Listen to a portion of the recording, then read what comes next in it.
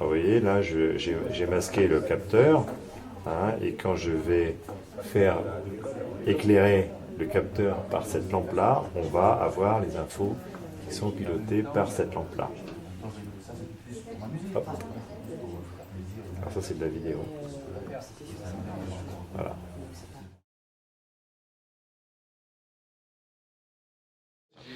Le Wi-Fi, c'est le moyen de transporter par la lumière des informations. Alors ça, c'est possible maintenant avec la technologie des LED. C'est-à-dire que vous pouvez envoyer des signaux à une fréquence de plus d'1 milliard de fois par seconde dans une LED, hein, et un capteur permet de les voir. Donc si vous envoyez un signal Internet dans la LED éclaire, hein, mais en plus, elle s'allume et elle s'éteint au rythme du signal Internet, et avec un récepteur, vous pouvez reconstituer ce signal dans votre smartphone ou votre tablette. Donc vous transportez de l'information par la lumière. En même temps, vous éclairez. Alors, c'est pas une invention, c'est une innovation qui est permise par l'évolution technologique.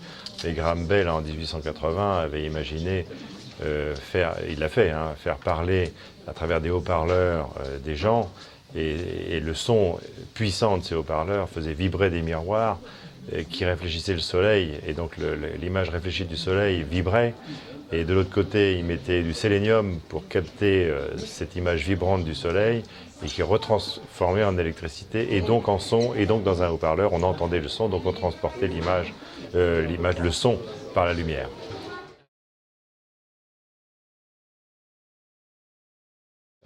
Pour le moment, donc, ce sont des informations qui tombent de la lampe jusque dans le smartphone, de la tablette.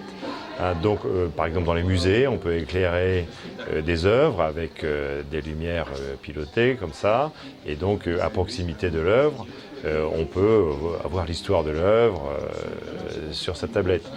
Aussi, dans les hôpitaux, on peut imaginer le carnet de santé du malade, ou la carte vitale qui est là-dedans, et que le médecin peut voir sur une tablette. Hein, il y a aussi des informations de géolocalisation qui sont possibles. On peut aussi imaginer que les phares des voitures émettent des informations à la voiture d'en face pour peut-être la distance, ou je sais pas, ou des informations particulières.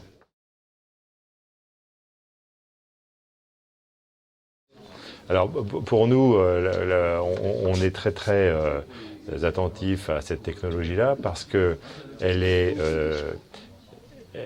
n'est pas facilement piratable, parce que pour capter l'information, il faut être à quelques dizaines de mètres, donc être dans le site.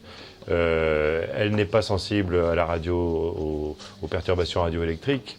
Hein, donc, en matière de sécurité des exploitations, on est très intéressé par cette technologie. Donc, on regarde sa fiabilité, on est en train de l'expérimenter et de voir son caractère exploitable pour nos ouvrages.